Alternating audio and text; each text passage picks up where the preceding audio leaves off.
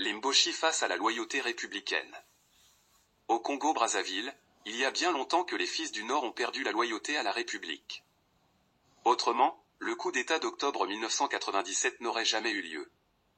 Car, en vérité, la déloyauté à la République est ce qui fait persister la situation chaotique, même au risque d'une déflagration générale de l'Afrique centrale. Cette assertion sonne comme un verdict qui siffle aux oreilles de certains. Mais, on ne peut taire la vérité pour ménager la sensibilité des uns et des autres. Si l'on veut réveiller les consciences et éclairer l'opinion de nombreux compatriotes qui se demandent « Pourquoi tant de médiocrité du personnel politique dans notre pays ?», alors il faut bien crever les abcès à l'origine du désarroi congolais. Tout d'abord, le désarroi général est le résultat de la psychologie qui considère le pays comme un butin de guerre, et découle de la gestion dite d'épicerie son corollaire. Le butin de guerre représente le gain personnel servant à assouvir les appétits matériels et ésotériques de l'égocentrique Sassou Nguesso. Ses compagnons dans l'aventure militaire, les adeptes du pouvoir du Nord, vivent le désenchantement. Ses acolytes ont en majorité été écartés. Sa milice privée, les Cobras, soldats et officiers, ont été remplacés par la soldatesque de Tsambitso, et peut-être bientôt supplantés par les mercenaires du Tutsi Power. Les civils récompensés au début par des postes à divers niveaux, ont par la suite été écartés et certains ont tenté vainement de se convertir en opposants politiques à la place d'une dissidence non assumée au sein du PCT. La gestion épicière est celle qui consiste à percevoir dans des comptes offshore privés toutes les recettes financières du pays, tout en empruntant au nom du pays pour financer les budgets et pour remplir les obligations salariales.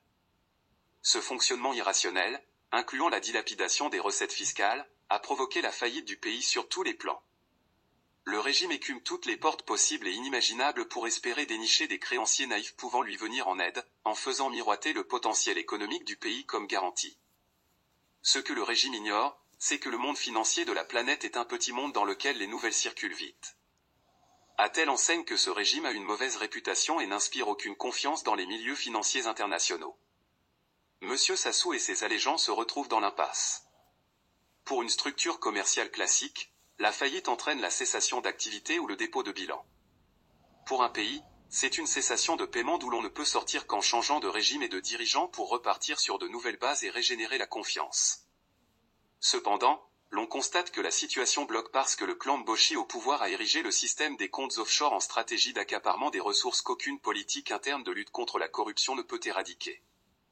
Étant donné que les détourneurs des fonds publics sont les parents directs du chef du régime.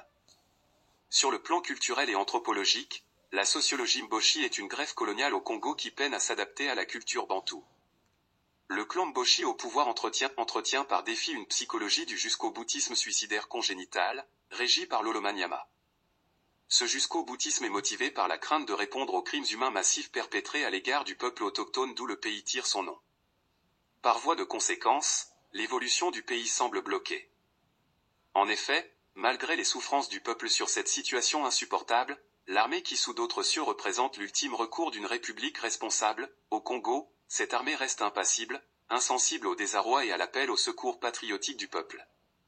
Cette attitude impassible est structurelle du fait de la hiérarchie militaire composée exclusivement d'officiers redevables à Sassou Nguesso, leur promoteur. Particulièrement, ces officiers, exclusivement issus du cercle familial ou clanique, sont des sujets endoctrinés et entraînés à la brutalité. Ce sont des avatars des antivaleurs. Ils ont une conscience rabougrie et un patriotisme en ruine. Cette hiérarchie militaire semble avoir prêté serment à un homme qui les conduit à la perdition, reléguant la République, en tant que bien commun, à l'insignifiance. Du côté du peuple, les partisans du régime, longtemps dans l'apologie du pouvoir du Nord par réflexe identitaire, montrent les signes d'un désamour lié aux difficultés accrues et aux périls collectifs. Certains n'hésitent plus à ouvertement critiquer le régime dans ses agissements les plus intimes, les plus secrets. Quant aux hommes politiques qui espéraient une rotation au sein du régime après la sale besogne de Sassou Nguesso sur les Bas-Congo, la désillusion est sans égale suite au projet de succession dynastique et suite à l'incarcération de certains d'entre eux. Lorsque l'idéal républicain s'exprime haut et fort à Bas-Congo, le haut lieu de la résistance anticoloniale, le régime agite l'épouvantail du tribalisme pour souder les populations septentrionales du pays, et met en branle la force publique, endoctrinée et fanatisée, pour réprimer les populations par une violence inouïe. Dans ce contexte sociopolitique qui dénie l'état de droit et la liberté d'expression, le peuple patriote est dans l'expectative. les acteurs historiques du retour à l'espace républicain observent que les partisans déçus de ce régime hyper répressif déclenchent l'insurrection populaire. Par expérience, soit dit en passant, que lorsque les opposants initient les manifestations, le régime crie au tribalisme pour cliver le pays. Par conséquent, les nordistes sont soumis à l'épreuve de la loyauté républicaine, où ils doivent montrer leur capacité à privilégier la République en ramenant au centre l'intérêt supérieur du pays. Après plus de 50 ans de règne nordiste, à l'instar de l'intelligence de l'oiseau qui s'arrête à la construction du nid, l'excellence Mboshi se décline à travers une avalanche de méfaits qui suscitent des prétentions débordantes dans le microcosme politique congolais. Citons. 1. Une faillite généralisée ayant entraîné le pays en cessation de paiement. Malgré que le Congo dispose des revenus pétroliers et miniers qui dépassent les besoins économiques nationaux de base, ceux liés à l'amélioration des conditions de vie essentielles, le régime a réussi l'exploit d'endetter le pays, même après avoir bénéficié de l'initiative PPTE qui a effacé une grande partie de la dette antérieure. 2. Une insécurité généralisée par la création de la terreur dite des bébés noirs par le régime pour gouverner le pays par la peur, dans la pure tradition du syndrome de Stockholm où les victimes s'attachent à leurs bourreaux. 3. Un dépaysement généralisé de toutes les sociologies du pays soumises à une domination d'expatriés d'autres nationalités qui envahissent nos terroirs et les milieux d'affaires. Les campagnes devenues désertes et peu sûres rendent impossibles les activités agricoles et agropastorales.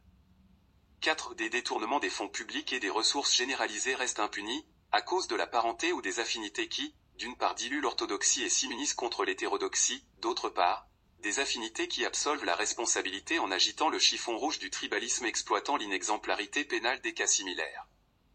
5. Un endettement systématique pour payer les salaires et les retraites au point où plus aucun créancier sérieux n'ose investir sur le pays. L'ultime possibilité d'endettement du régime porte sur l'émission de bons du Trésor. Mais ce serait une gageure pour qui oserait miser sur un État en faillite, inefficace dans la collecte des recettes fiscales, et entretenant des comptes offshore privés enfermant les ressources de l'État. 6. Une armée de proches parents incapables d'appréhender l'enjeu républicain et panafricain, sacralisant la personnification du pouvoir de l'État, et oubliant sciemment que l'ambition personnelle de Sassou Nguesso n'est pas le leur.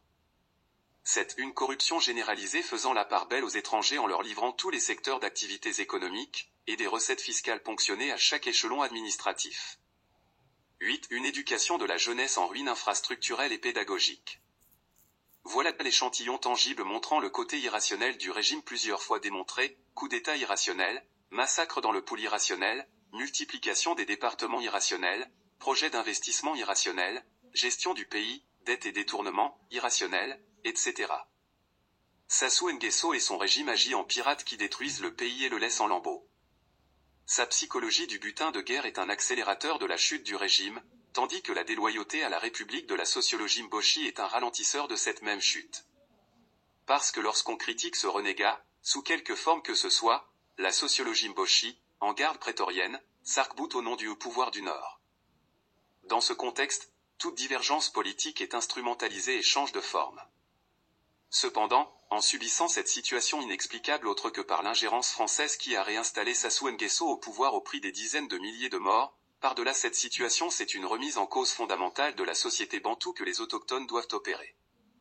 Car, en tout état de cause, les patriotes doivent triompher de ce complot contre la civilisation bantoue et aussi poser les fondements inviolables de cette société. Considérant que c'est une seule et même dynamique anticitoyenne qui vassalise le pays à partir d'une vision géographique, à laquelle l'opposition résiste de manière dispersée sous prétexte de la diversité idéologique, le devoir est de créer une unité dans la lutte. Si possible, tout mettre en œuvre pour inviter les forces armées du pays à rejoindre la dynamique patriotique pour mettre hors d'état de nuire ce régime, afin d'abréger du même coup les souffrances du peuple congolais. La dynamique anticitoyenne qui gouverne le Congo, encore appelée le nordisme, a été construit autour de 3 verrous ou défis anti-républicains. 1. Le monolithisme géopolitique. C'est une escroquerie politique conçue sur la base de la déstabilisation de la sociologie bantoue. Ce monolithisme s'est exprimé avec force au sortir de la Conférence nationale souveraine de 1992 et a abouti au coup d'État d'octobre 1997. Quel est le prix à payer pour le Congo pour faire sauter ce verrou géopolitique ? Est-ce que Sassou Nguesso est un élément isolé de la géopolitique française ou existe-t-il des clones pour lui succéder ? C'est le challenge qu'embrassent les patriotes pour sauver le pays. 2. La géoéconomique politique. C'est une culture de l'accaparement et du pillage systématique des richesses qui se résume en une logique, se servir et satisfaire soi avant tout. Cette culture transposée au sommet de l'État a été conçue pour empêcher les Bantous de se développer. C'est une réalité historique tangible de la longue et ostensible épopée du PCT. C'est une volonté d'écraser le mérite individuel et l'effort collectif qui affaisse le pays.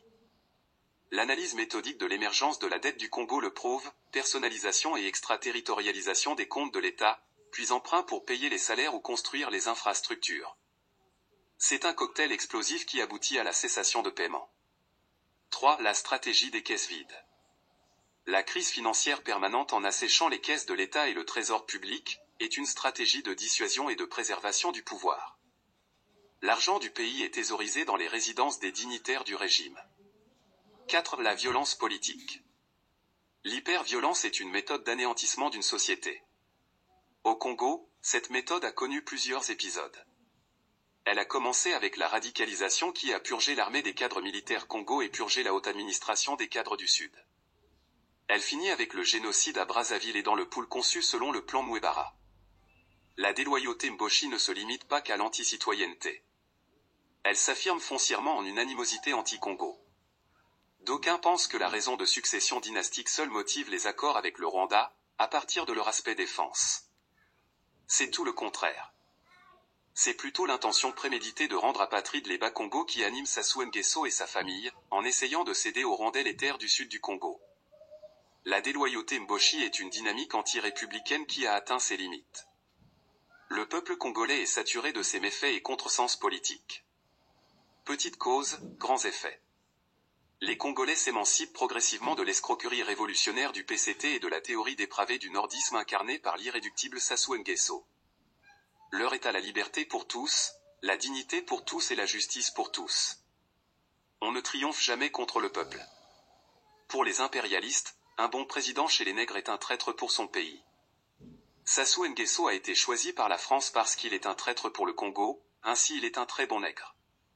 S'il existait un soupçon de traîtrise ou de perméabilité antipatriotique chez les Congos, les Occidentaux qui se muent en terroristes pour déstabiliser l'Afrique, auraient armé les Bas-Congo pour perturber les régimes criminels tels celui de Sassou Nguesso. À l'évidence, ce n'est pas le cas dans l'espace Congo régi par le Kimuntu.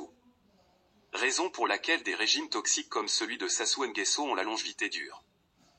Les hommes et les femmes qui le composent substituent le culte de la personnalité et l'allégeance à la place du patriotisme et de la rationalité. Il leur est difficile de comprendre la nécessité de ramener le balancier républicain à son point de stabilité sociétale et souveraine. Il n'y a que les idiots qui ne changent pas. Fait à Paris, le 15 août 2024. Ne Mfumu Madisuma Bimangu.